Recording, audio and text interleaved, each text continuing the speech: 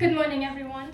I'll try and make this as short as possible, but I've been a carer for my mom since I was a little girl, probably when I was 4, 5. My mom suffers from multiple illnesses, like epilepsy, so she has epileptic and non-epileptic seizures. She has blackout, she loses speech. Even today, she can't speak, unfortunately. She's bedridden, and my mom is like the only person I live with. So it was a bit difficult growing up, not having much support. I have a brother and sister, but they didn't live with me. They were at my nan's. So even though I had an older brother and sister, I had to look after my mom by myself, and it was really difficult. And it affected my studies, my education as well, because I'd be stressing a lot about my mom if she couldn't move, and I'd be going to school, then coming back, and by the time I got home, my mom still hadn't managed to go out of bed because she was bedridden, so she couldn't even move to go to the toilet or have some food. So I had to do that responsibility once I came back from school. So it was kind of like a balancing act, going from trying to study at school and trying to focus, but at the same time I knew that it was playing with my head, that my mom was ill and there was no one there. Well, there was people there, but in the house there wasn't anybody there for my mom. So I have an older brother who was living for a short while at my house at the time when I was about 13 years old. He suffers from schizoaffective disorder, so that's schizophrenia and bipolar combined.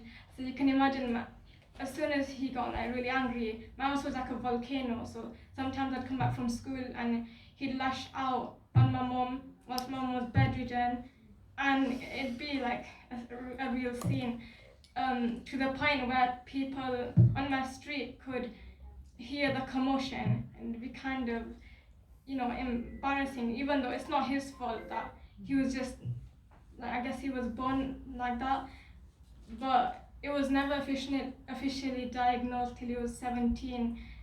So it started kicking off when I was a little girl, and then it just got progressively worse.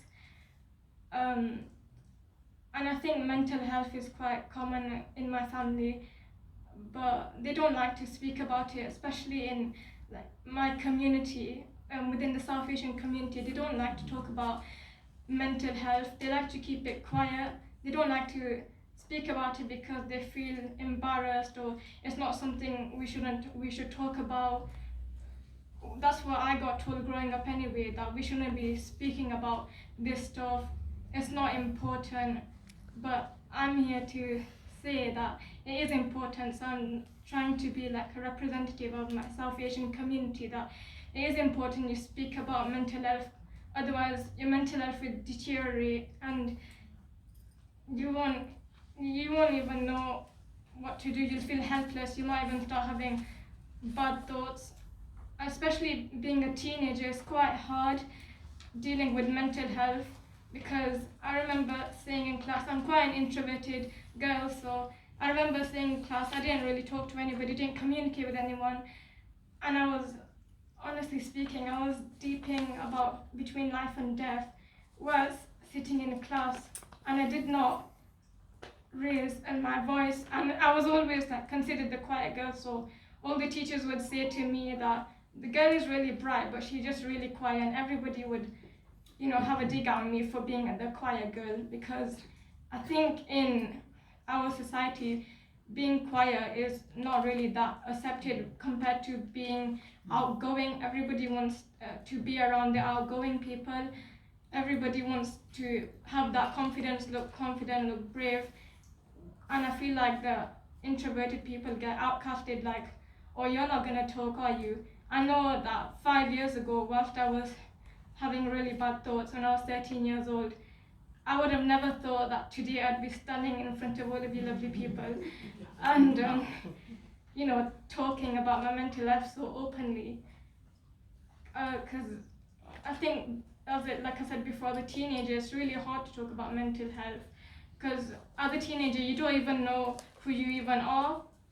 That's how I feel, that you don't know who you are. We live in a so we live in a sorry, I forgot the word. Bubble. Corrupted. We live in a materialistic, I think, society where everybody likes to look at, everybody likes to look at the outgoing people, the flashy lifestyle, and apart what we see through social media on our screens, everything looks all good, but really what people are dealing with, you can't see that. And it's the same thing with my mental health personal struggles. Nobody can see my scars. Nobody today will see that my scars are invisible, but I know what I've been through, and I've been kept silent for a long time, especially because our South Asian community don't like to talk about mental health quite openly. But I just want to be like a representative. I'm nearly 19 now, so I want to be a voice of the young South Asian people, that no, we should talk about our mental health. Or why shouldn't we? Why should we be silenced when we're dealing with struggles like everybody else, but we don't talk about it because we're told to bottle our emotions up and keep silent. And that's what I was doing for a long period of time. But whilst I was still in school, I had support. I did cognitive behavior therapy, a form of it, and I also worked with Joanna for a little while for young carers. But I still wasn't very confident then. I also did ELSA therapy, which is anger management, because obviously with all the palaver going on at home, it was getting to me. I was getting a bit frustrated, and I started to take anger out on my mom, which wasn't helpful because she was already bedridden. She loses her voice and stuff, so it wasn't doing anybody any favors. But I decided to get help. Like, I'm gonna have to get help, otherwise I'm just gonna get worse, and one day I might turn into my brother if I don't do something about it. I don't want to end up with schizophrenia or bipolar, because I think I was very close to that line. But anyway, I'm just trying to cope with my mental health, and like I said, I'm an introverted person, so coming here today is already a big step for me. Yeah. So Right. yeah.